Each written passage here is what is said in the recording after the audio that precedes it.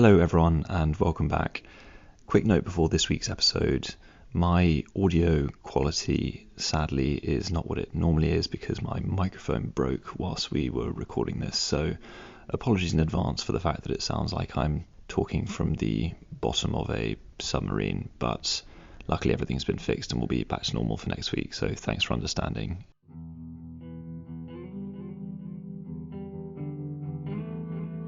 Hello and welcome to Earth Calling. We're your hosts Ed and Lazlo. Every week we bring you a fresh slice of online content, sorting through the likes, the memes, the insta-Queens, the swipes, the scrolls and the Twitter trolls. Together we're laying down our 21st century digital legacy. So sit back, relax and buckle in. This is Earth Calling.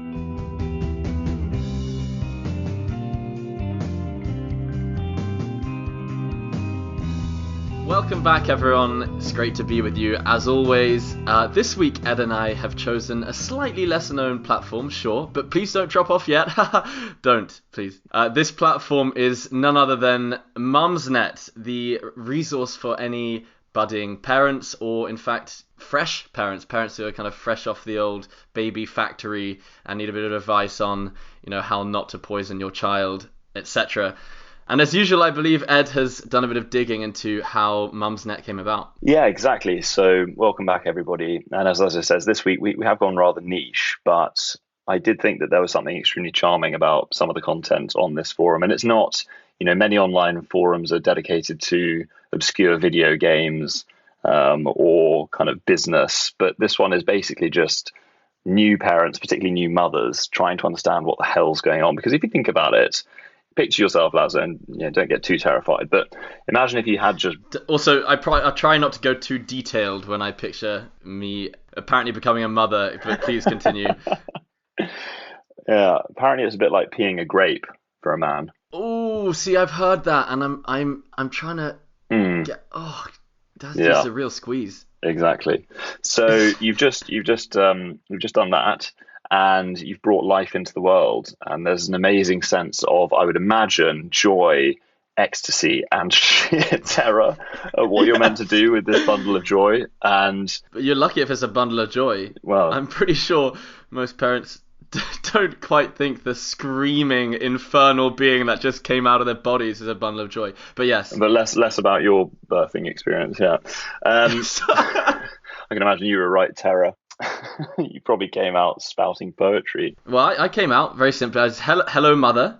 Hello, I would like to be called Lazlo, please. It's a Hungarian name by roots. Lazlo. Nice to meet you. Yeah, it's Beatrice, is it? Yeah. Lovely to put a face to a name. Bit cramped in there, if I'm honest. Yeah, wasn't even en suite, but I suppose I just went around me. And here's 9.5 months of rent. I'm sorry it's a bit late.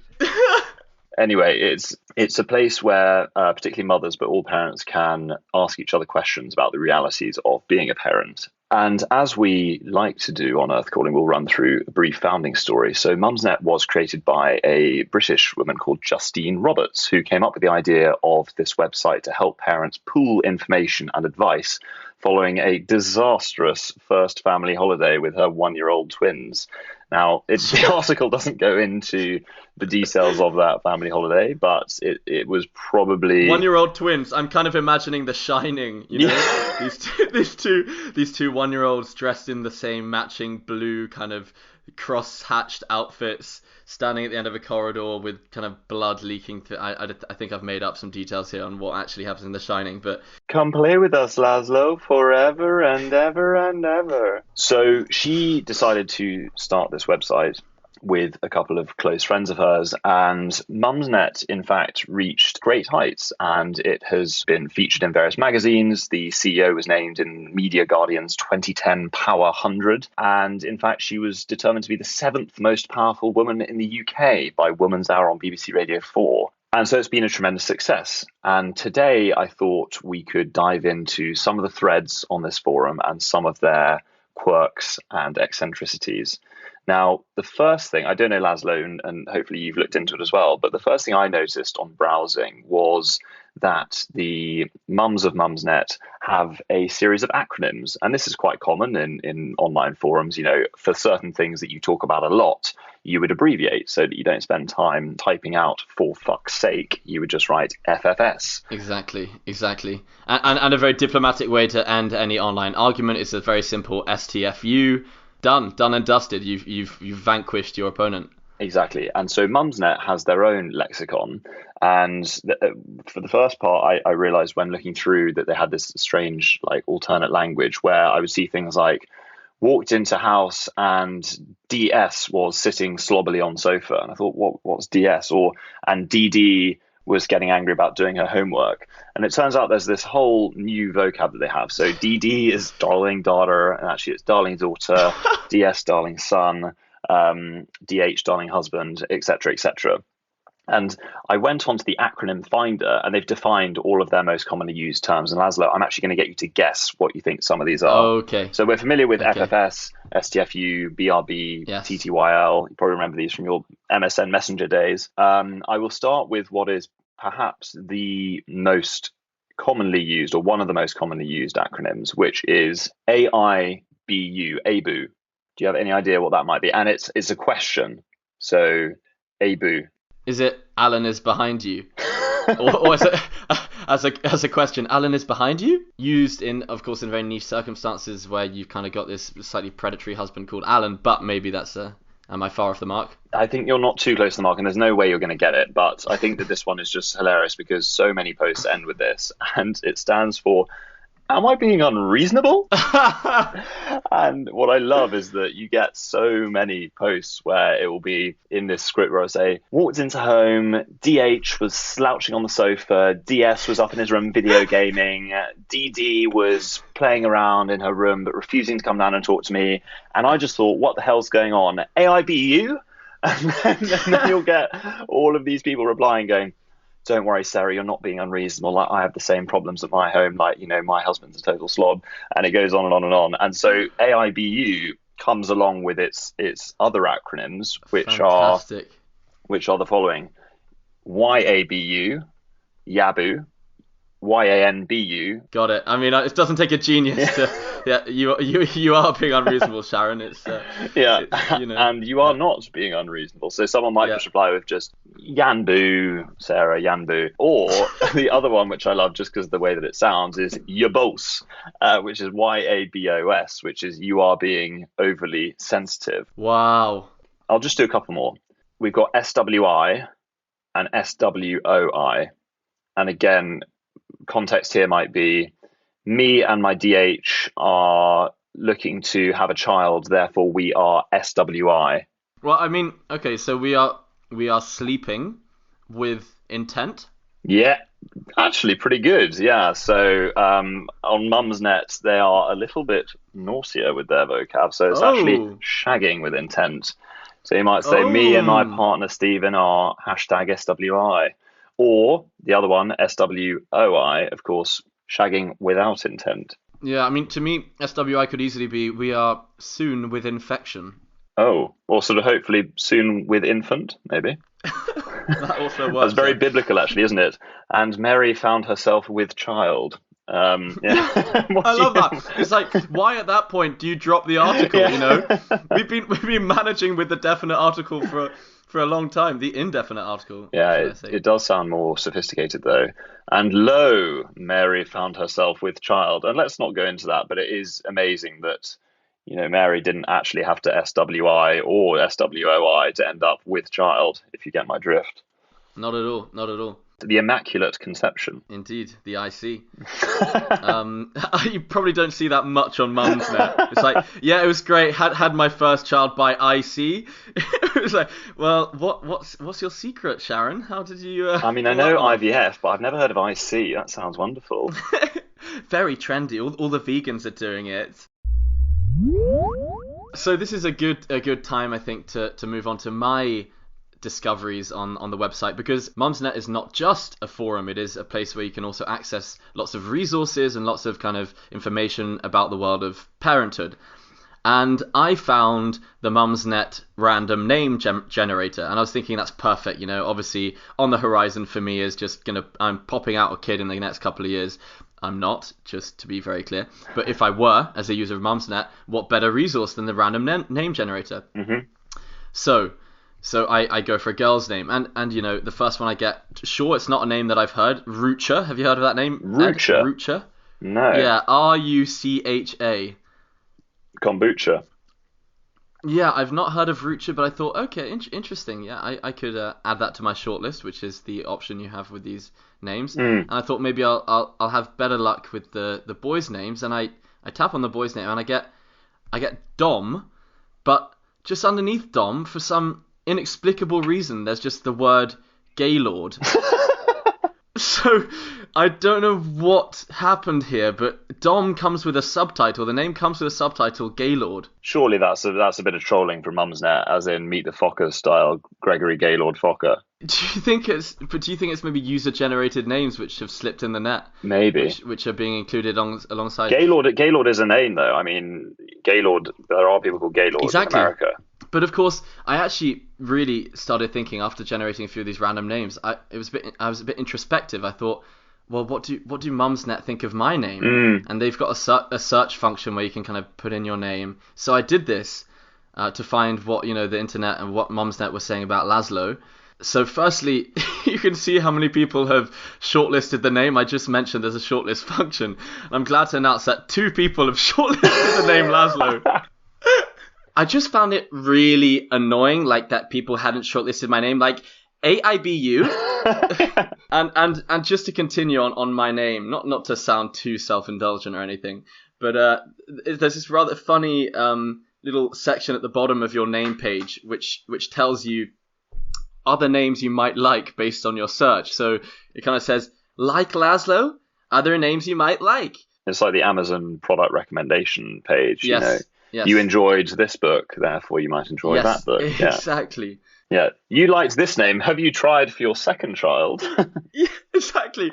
And I wasn't too thrilled because it says, like Lazlo, other names you might like: Kenva, Bamba, Langston, hang on, Bobadinho, Chazza, and Farian. Those were the 6 Sounds it gave like me. A Game of Thrones episode. It sounds like a Game of Thrones spin-off set in kind of 90s Detroit. Laszlo, and then got... Tyrion, Chazza, Tharius. Yeah, Kenva, Bobadinho, Farian. So then, on the other side, it's kind enough to also suggest girls' names. And I've got Perrine. So think of terrine with a P. Anacita, Carlene, and my personal favourite, Hedwig. I just love it how the Mumsnet algorithm has clearly tagged me as being a bit of a kind of kooky weirdo who's clearly happy to get down in calling their child either Bobadinho or Hedwig. Yeah. Oh, that's wonderful. I think back to the content that I was looking through, I found a couple of rather interesting posts that I wanted to share. So the posts on Mumsnet, to give you a little bit of a flavour, range from medical advice to relationship advice to straightforward parenting advice to all sorts of different things. But I found the following, which I thought was quite amusing. And this was posted at 11:56 in 2017 by somebody called Fuchsia 2000. And she has just said, DS speech dash, he's dropping his T's and he's sounding pretty rough, crying emoji. So just to recap, DS is of course darling son. We're now down with the lingo. So darling son's speech, he's dropping his T's and he's sounding rough.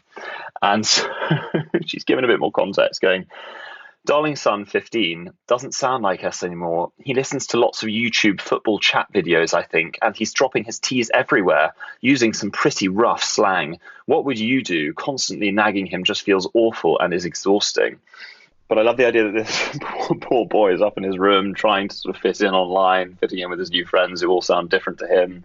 And he goes downstairs for dinner and he says, oh, look, Mum, can you pass the water, yeah? And she goes, look, Daniel, we didn't bloody well christen you Daniel for you to say things like water. Well, more like we didn't christen you Anthony, which has got a very prominent T in the middle for you to start dropping them left, right. What? I'm called Anthony, Mum. Deal with it. Deal with it. And so of course, poor Fuchsia 2000 has posted this, and quite rightly, I think she's then received quite a lot of negative feedback of people saying, "Come on, Fuchsia, that's quite snobbish, and your poor son is probably just fitting in with all of his friends who don't sound like you." I also love how she's literally chosen a username which probably 90% of people can't pronounce anyway. Exactly. And regardless of where you're from, fuchsia is a very tricky word to spell as well. I don't know if our live listeners want to try and just get a scrap of paper and try and spell out fuchsia. It's not easy. But so Fuchsia has posted this and has got a lot of comments saying what a snob she is. But one person has shared her pain and has gone, "Gosh, this is a bugbear of mine too, Fuchsia. One of my darling daughters leaves out whole words. She'll say things like, 'I'm going blue water.' They both used to speak so nicely." And you just think about these poor daughters. Again, just get home after a long day at school, sit down at the table. "Yeah, Mum, I'm actually going blue water." And then, Going blue water sounds like, some tropical disease that was rife in the 1800s. Like, oh gosh, did you hear? Yes, Captain Mason, he went blue water when on his trip to the tropics. Although as we know, leaving out whole words is actually a rather biblical and quite clever thing to do. So Mary was with child. Mary wouldn't have gone to the blue water. She would have gone blue water, probably. "I'm going Bethlehem. Anyone want to join?" Heard they got good stables down there. Yeah, going down. No. So she was going down Bethlehem. "I'm going Bethlehem. And I've heard they've got great hotels there." "Well, not on Christmas Eve, mate. Not on Christmas Eve. Of course it's going to be booked up." Not on Christmas Eve because they're already celebrating this holiday. Yeah. She could have done with Mumsnet. Mumsnet would have set her straight. Yeah. It's like I just arrived in Bethlehem and I couldn't find a place to stay. Like AIBU. Yeah, well, I think she would have been slightly confused. She would have gone on to Mumsnet going, "Guys, I've never slept with the old husband. He's a carpenter, but we don't do it much. And suddenly I am with child." But we move on to another post, which was from someone called Feline Flutter, who posted this just late last year. And it's just entitled David Attenborough. And it says, "Do we find David Attenborough's nature programs a bit too distressing for children to watch? Okay, so there's a little flamingo with salt stuck to his legs, and so he's unable to keep up with his or her peers in search of water.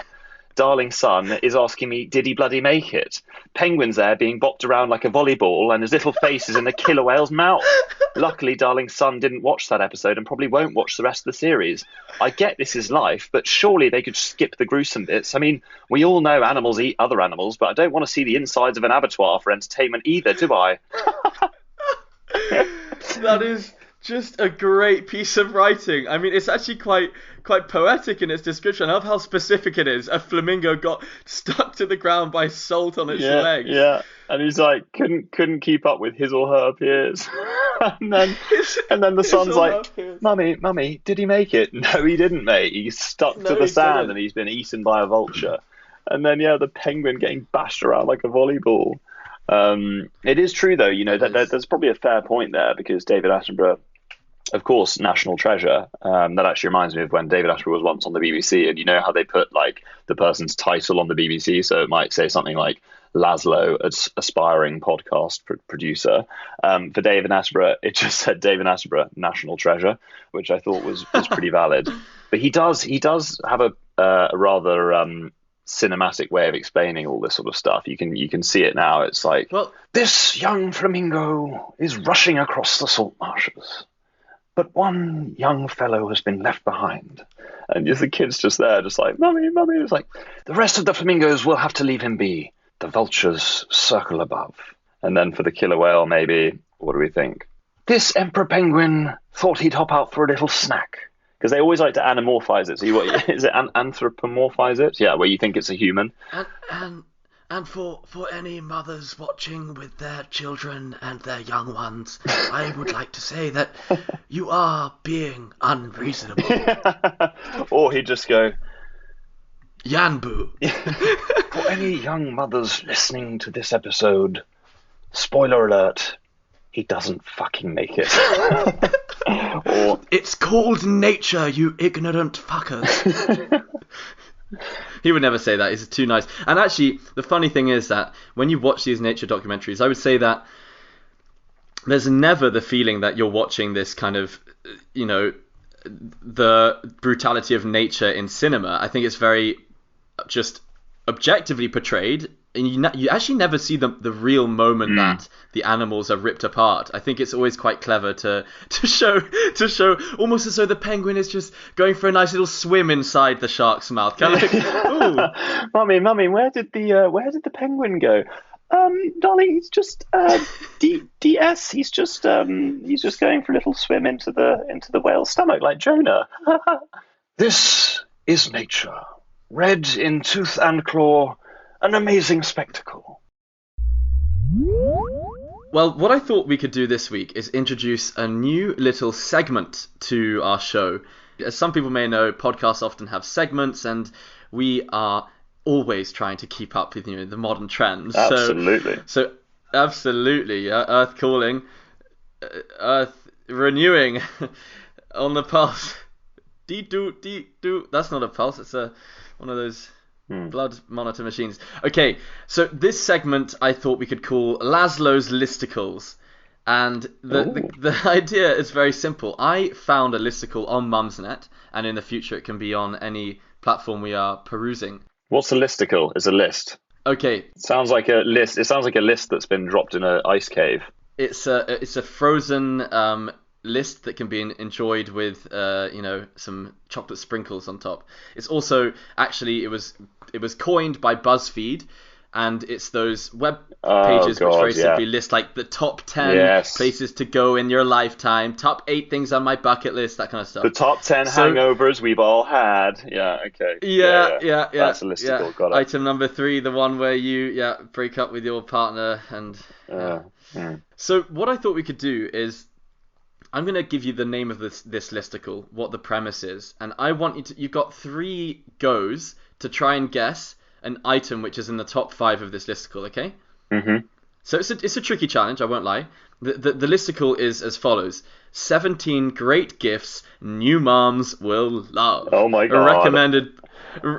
Recommended by those who've been there. So I think by that they mean by mothers. It's not. I bet it has a little clickbaity thing under it going, number 8 really got to me. It's like, oh my god, okay, yeah, I'll have to read it now. I'm quite relieved that Mumsnet is less sensationalist than this, and it's just got a picture of a woman who actually looks like she's about to breastfeed. So it's kind of quite weirdly, no, legit. Okay, you got to do it. Got to be done. Couldn't, and that's okay as well. Yeah. I don't want to fall either side of the fence because it's a big debate. Anyway, Ed, I want you to have your first guess as to what item you should buy a new mother that they will love.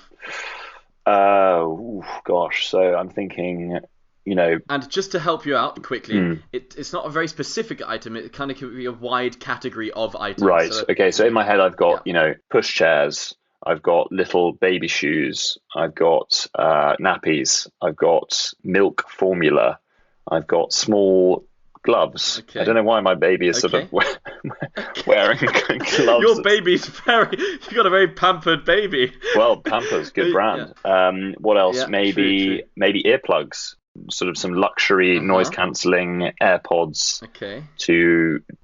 I was going to say to drown out the crying, but that sounds a bit harsh. So maybe to just get some peace and quiet. To listen to some podcasts. Yes, indeed. Yes. Playing Earth Calling to your newborn will increase its IQ by an average of 8 points, as confirmed in a university study we partnered with the University of Antwerp. Thank you very much for sponsoring this episode, University of Antwerp. Very kind of you. We always just seamlessly drop those sponsors in. It's just nobody knows. Like, oh, yeah. No, I know. It's like when you don't realise that there's a can of Coke on the Game of Thrones set. Yeah, and the whole thing's been sponsored by Mumsnet, of course. Yeah. Psych. Oh, yes, of course. So I do want to just help guide you slightly before your first guess and read you the sub blurb, which is there are very few things more overwhelming than the first hours days, weeks after a new baby is born. Make life a little easier for any expecting mums out there with our guide to the best gifts for new mums. What a new mother really wants is a happy, healthy baby and a good night's sleep. But since that's not something you can buy online, here's our roundup of the best gift ideas for new mums recommended by those of us who've been there before. So I would veer away slightly from the kind of like, practical stuff, which, by the way, any new mum should have, I think, a stroller, for example. Yeah. Okay, fine. So how about a luxury goose down pillow for lumbar support when lying in bed and sort of recovering? Is that warmer? I like it. It's not on the list. But the most similar one on the list, which I will reveal is number 10, is something that I originally read as being Muslim clothes, but it's actually muslin cloth. Yes, muslin cloths, yeah. So, swaddling clothes, wrapped in swaddling clothes and lying in a manger. Yeah, Jesus was already repping that in the year zero. Yeah. Of course, if you are in Lebanon or Syria, Muslim clothes would also be a good thing to buy your new mother. No, so not a down pillow, although I think that's a great gift idea. How about By the way, that's 1 out of 3 guesses done. Okay, how about a soothing facial mask, which is filled with beautiful gel that you put in the fridge, and then you wear it, and it's, you can wake up feeling refreshed, you're not puffy, and you're just loving life. You're very close. I'm gonna give you a half point because, actually, I'm not gonna give you a half point actually, but it is close to one of the things on the list which I will reveal and just knock it off. Which is it like a soothing balm that goes over some body part that's like Good. I will now award you a half point because there are 3 of these items which relate to creams. One of them is a hand cream. The other one is a stretch mark cream. Yep. Of course, stretch marks happen during the pregnancy. I love it how that's as expert as I can sound on this. Of course, stretch marks do happen during the pregnancy. And number 8 is actually a nipple cream. So this is apparently a godsend in the early weeks, and for a first-time mum, it might not have made the pre-baby shopping list. But so you get a half point for that, but let's see if you can wangle yourself a full point. Okay. Well, I'll just caveat this one. Are there any sort of edible food or drink related items on here, or is it all strictly products? That's a yes. Okay, there are some. Okay, so I would say if I was a mother of a newborn, I would be looking for very sort of soul food, heartwarming, comforting, comfort food. Maybe I was going to suggest some sort of champagne truffles, but you can't be drinking whilst you've got breastfeeding, probably, otherwise the baby's going to get drunk. So I would suggest something chocolate based, and I'm not talking like a really dark chocolate, because I think that's also a bit out there. So just a high quality Lindor milk chocolate truffle. That is quite remarkable. Really? That is quite remarkable, yes. And I'm gonna give you an A star for your performance on this first Lazlo's listicles. Let's get it trending, because the very first item on this list is called Fancy Sweets and Treats, and the first thing it suggests under that is Lindor milk chocolate truffles, £10 from Amazon. So yes. I have to say that the first amazing. round of Lazlo's listicles has been triumphantly won. Oh, I can't believe that. Yes. If you're interested, I'll just go through a couple of the random other ones that you could have bought. A posh ready meal, a posh M&S ready meals. It's quite a nice one. Lasagna, probably. Bath salts. I should have got that. Yeah. Classic. And then a portable nightlight. Yeah. Surprisingly useful for late night breastfeeding, apparently. And number 15, very, very apt for us, a TV, film, or audiobook subscription, read podcast. Well, no problem. Subscription. Yeah, no problemo. Yeah, to all if anybody's got any expectant mothers in their friendship groups, just sling them a link. Yeah. Drown out the wailing child with earth calling. Although you need to hear your child wailing, so don't drown them out. Yeah. It's an important part of it. They wail, you flail. I don't think that's a saying. They wail, you feed. So that's it. Well done. A triumphant first round. Thank you so much. I really enjoyed that. Look forward to next time. Well, I think that's about all we've got time for this week. We hope you've had fun. We certainly have. As ever, please do subscribe, give us a rating if you listen on Apple Podcasts, and give us a follow if you're on Spotify. And do please swing on by our Instagram page at earth_calling_pod for bonus clips and content. Yes, and join us next week as we tread onwards through the world of online content to investigate the platform that has seen an enormous COVID boom, Zoom. Booming, zooming. Yeah. Make sure you're on mute. Oh. Yeah. See you then. Earth out.